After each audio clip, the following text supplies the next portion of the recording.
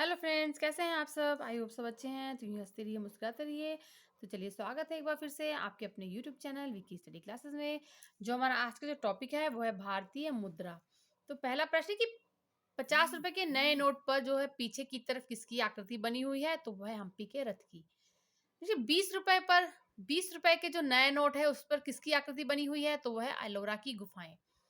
Next में 10 रुपए के नोट पर पीछे की तरफ किसकी आकृति बनी हुई है? तो वहां बने कोणार्क सूर्य मंदिर। नेक्स्ट क्वेश्चन है कि 100 रुपए के नोट पर किस जो 100 रुपए का नोट है उसके पीछे की तरफ जो है किसकी आकृति बनी है? तो बनी है रानी की वाव। नेक्स्ट है कि 200 रुपए के नए नोट पर किसकी आकृति जो है वो पीछे की तरफ बनी हुई है? तो वह सांची का स्तूप। नेक्स्ट क्वेश्चन है 500 रुपए के नोट पर जो पीछे की तरफ जो है का जो नया नोट है, 500 रुपए का नया नोट है उसके पीछे की तरफ है किसकी आकृति बनी है? तो वहां पे है लाल किले की। नेक्स्ट 2000 रुपए के नोट पर पीछे की तरफ किसकी आकृति बनी है? तो वह मंगलयान की।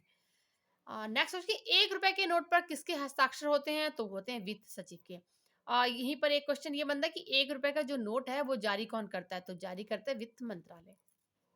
नेक्स्ट कि भारतीय रिजर्व बैंक की स्थापना कब हुई थी? तो इसकी स्थापना हुई थी भारतीय रिजर्व बैंक की 1 अप्रैल 1935 को। देखिए, भारत में मुद्रा आपूर्ति किसके द्वारा नियंत्रित की जाती है? तो की जाती है भारतीय रिजर्व बैंक के द्वारा। नेक्स्ट कि भारतीय रुपए का आईएसओ कोड क्या है? तो आईएसओ कोड है वो है आईएनआर, जिसकी इंडियन रुपीस कहते हैं। देखा होगा आपने कि अमेरिका का होता है यूएसडी, मतलब यूनाइटेड स्टेट डॉलर। तो उसी प्रकार इंडिया का जो है वो आईएनआर होता है, आईएसओ कोड। ये भारतीय मुद्रा के लिए प्रतीक चिन्ह जो है वो कब चुना गया? तो ये चुना गया था 2010 में। नहीं, भारतीय करेंसी यानी कि नोट पर जो है वो कितनी भाषाएं होती हैं? तो कुल 17 भाषाएं होती हैं। इंग्लिश और हिंदी को मिलाकर कुल 17 भाषाएं होती हैं। ये भारतीय मुद्रा के लिए प्रतीक चिन्ह का डिजाइन जो है वो किसने तैयार किया था?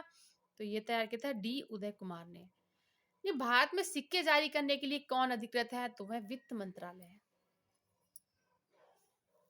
हमारा नेक्स्ट क्वेश्चन है कि बुल एंड बियर शब्द का संबंध किससे है? तो यह है स्टॉक मार्केट से। बुल एंड बियर का संबंध जो है स्टॉक मार्केट से है। ये भारत में प्रथम बार बैंकों का राष्ट्रीयकरण जो हुआ कब हुआ? तो प्रथम बार बैंकों का राष्ट्रीयकरण हुआ था 1969 में। वर्तमान में आरबीआई के गवर्नर कौन है? तो वर्तमान में आरबीआई के जो गवर्नर है वो है शक्तिकांत दास। नेक्स्ट मुझे भारत में नेशनल स्टॉक एक्सचेंज का मुख्यालय कहाँ है? तो नेशनल स्टॉक एक्सचेंज का मुख्यालय जो है वो है मुंबई में। भारत का केंद्रीय बैंक कौन सा है? तो भारत का केंद्रीय बैंक जो है वो है reserve bank of India. Next में भारत में वर्तमान में हमारे देश का सबसे बड़ा नोट कौन सा है? तो वो है 2000 का नोट, जो सबसे बड़ा नोट है। नेक्स्ट उसकी भारतीय नोट पर उसकी कीमत यानी वो जो बॉक्स होता है उसमें कितनी भाषाएं लिखी जाती हैं? तो उसमें लिखी जाती है 15 भाषाएं। इंग्लिश और हिंदी को मिलाकर कुल 17 भाषाएं होती हैं। जैसे ये जो नोट है तो यहाँ पे जो ये बॉक्स बना हुआ है ये वाला, इसमें ये कितनी भाषाएं हैं? तो ये 15 भाषाएं हैं।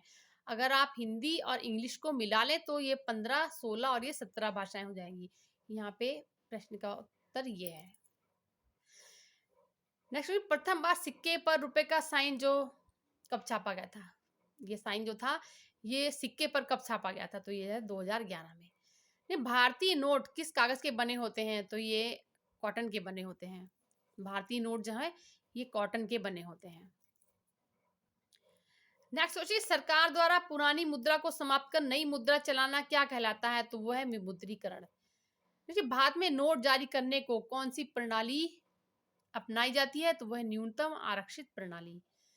नेक्स्ट क्वेश्चन, भारत में नोटबंदी को कितने वर्ष पूरे हुए हैं? तो हो गए 6 वर्ष। तो ये थे हमारे आज के टॉप क्वेश्चंस। वीडियो देखने के लिए बहुत बहुत शुक्रिया। मिलते हैं एक नए वीडियो में नए टॉपिक के साथ। तब तक के लिए गुड बाय।